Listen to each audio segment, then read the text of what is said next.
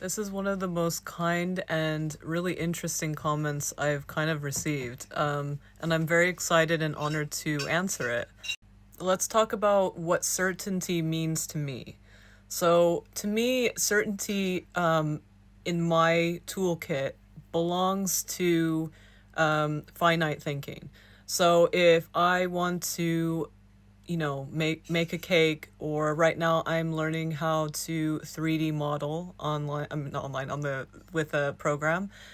And for me, that kind of certainty would be applicable there.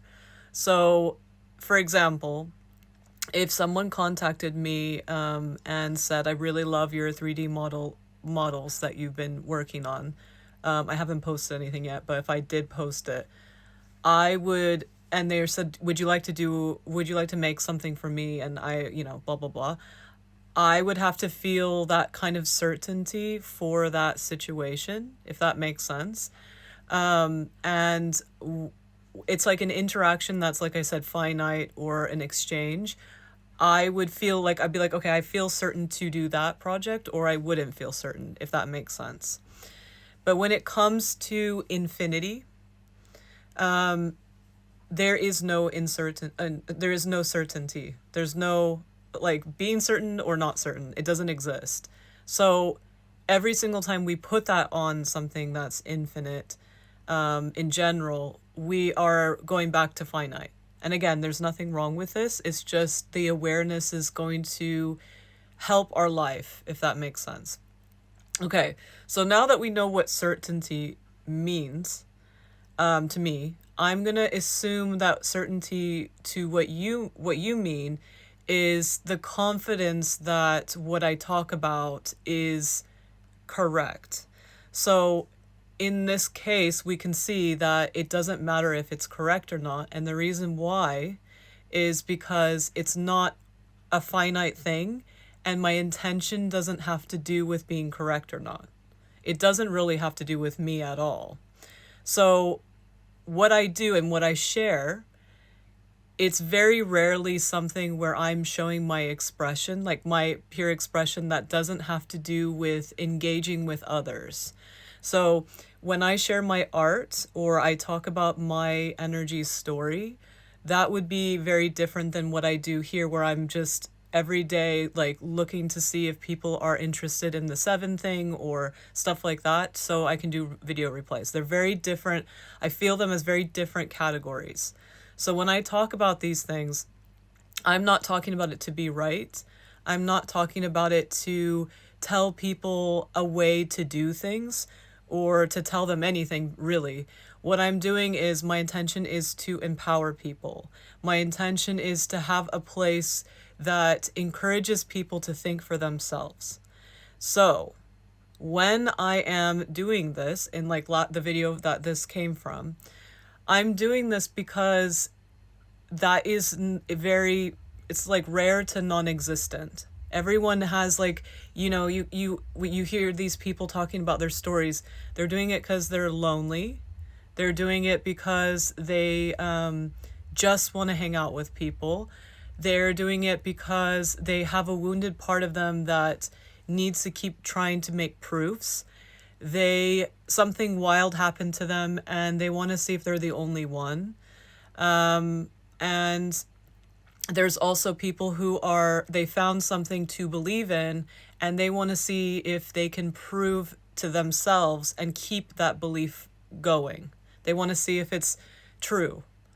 And they never get the opportunity to understand that actually truth is your own truth. That's the only truth that exists.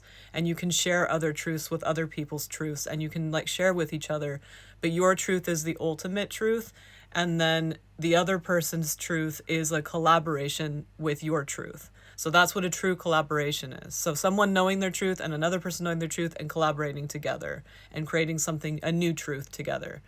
So this is how I look at it when it comes to certainty. So I am certain, if we're going to use the word, that I would like to reply to people with the mindset and continuous channel of making sure people know that they can do whatever I'm talking about too. So that could be tips, that could be me showing like that it's normal. On the live, I showed people what I do in sessions where I show people that every single thing that people talk about spiritually and anything really, we all do it, but we just don't know that we're doing it. So it's not about achieving it, it's not about gatekeeping things. That's like gatekeeping is people lying and it when they don't even know they're lying that you have to do these things.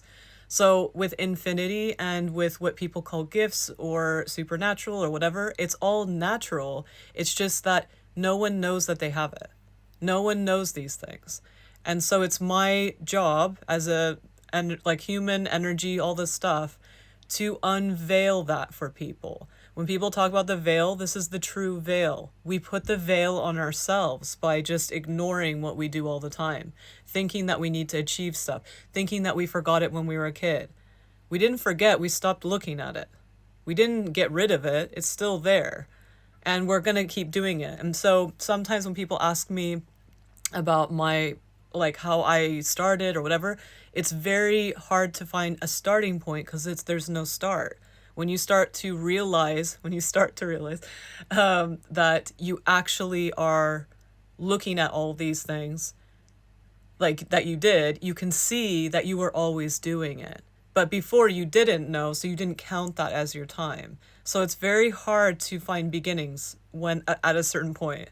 So going to the rest of the questions, like asking the things are the way they are, it's always context. So in this case, this video that this is tied to, I was saying my intention. So you go with the intention. So my intention is to make sure that the person, what they're saying, I'm not telling them they're wrong. I'm telling them that they are keeping themselves in a loop, and I'm helping them remember that they are the ones that are in power, and all the stuff that they said was not empowering to themselves. And I kind of show them in a gentle way that they're in a loop. And I'm not like blunt about it. I talk about way more things so that people can start exploring. So I give exploring exercises, kind of. That's kind of what I do. It's like, yeah, exploring exercises. So I am certain that that's what my intention is, one. And from my experience of helping people with that intention and how every single time my intention, it happens, my intention is to empower. And so every time I've done that, it means it's a good translation for that person.